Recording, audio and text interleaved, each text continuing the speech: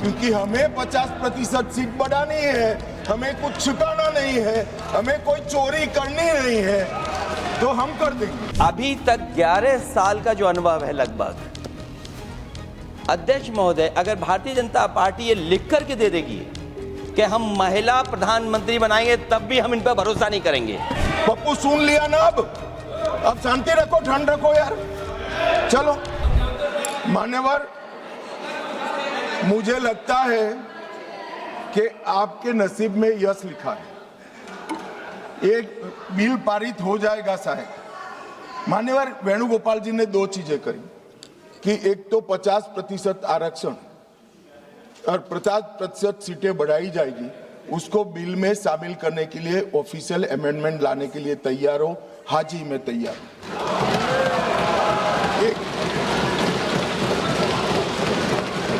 एक सेकंड, अब नहीं होता भाई, बैठ जाओ, दूसरा भी बताता हूं। मान्यवर, 1 घंटा आप सदन स्थगित कर दीजिए।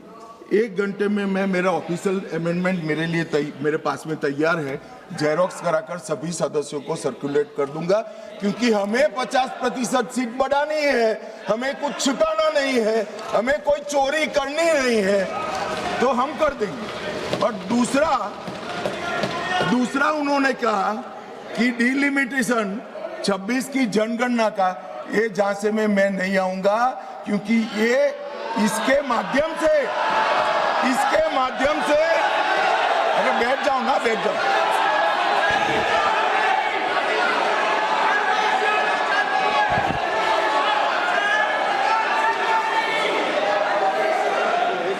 क्या कई बार है ना, सदन में भी फैसले हो जाते हैं, इसलिए सदन में फैसला कर लो।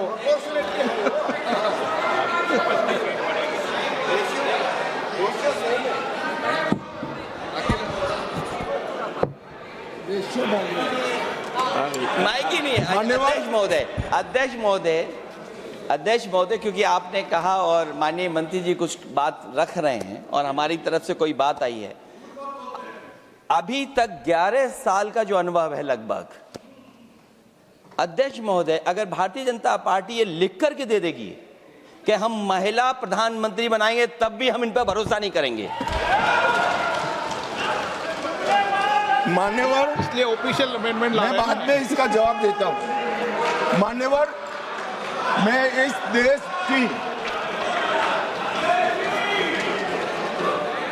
देश की मातृशक्ति को कहना चाहता हूं कि राहुल गांधी जी की अनुपस्थिति में कांग्रेस पार्टी ने जो प्रस्ताव रखा है, वो एक बहुत सुहाना जाल है महिला आरक्षण को फिर से एक बार 29 के पहले नहीं होने देंगे।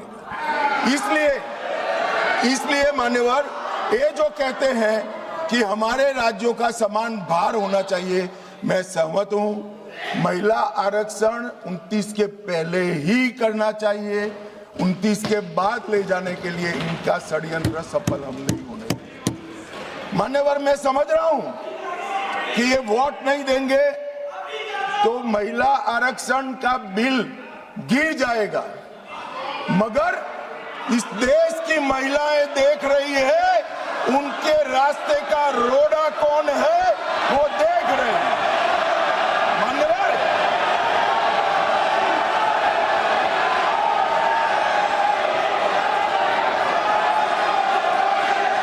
मान्यवर, यहां कुछ सदस्यों ने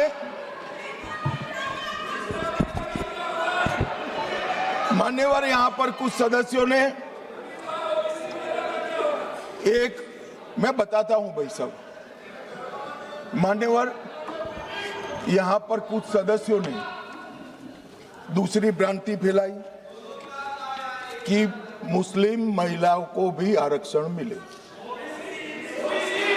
अरे आता हूं भाई, आता हूं। पहले अखिलेश बैठे हैं तो पहले उनकी बात करूं ना, पहली बेंच पर बैठे देखो। मान्यवर, मैं यहां सरकार की, संविधान की और भारतीय जनता पार्टी की नीतियों की, पॉलिसी के बारे में स्पष्ट करना चाहता हूं। भारतीय संविधान धर्म के आधार पर आरक्षण को स्वीकार नहीं करता है। मान्यवर, इसके दो कारण हैं। पप्पू सुन लिया ना? अब शांति रखो, ठंड रखो यार। चलो मान्यवर, आरक्षण पाने की योग्यता पहला कारण है। आरक्षण पाने की योग्यता ऐसी नहीं होनी चाहिए जिसको कोई प्राप्त कर सके। ये संविधान की बात मैं कर रहा हूं। अगर आज कोई अन्य धर्म का व्यक्ति है जिसको आरक्षण मिलता है, यहां नहीं मिलता है, और अगर वो मुस्लिम बन जाता है तो उसको आरक्षण मिलेगा। तो आरक्षण जन्म से ही मिलता है मान्यवर, किसी प्रकार से प्राप्त नहीं किया, इसलिए वहां पर उसको सील किया है। और दूसरा, ओवैसी जी ध्यान से सुनना, दूसरा अनुच्छेद 15(4) के अनुसार आरक्षण उन लोगों के है, उन लोगों के लिए है जो सामाजिक और शैक्षिक रूप से पिछड़े वर्ग में आते हैं या अनुसूचित जाति और अनुसूचित जनजाति में पैदा हुए हैं। अनुच्छेद 16(4) इसके तहत आरक्षण पिछड़े वर्ग को, नागरिकों को दिया जाता है।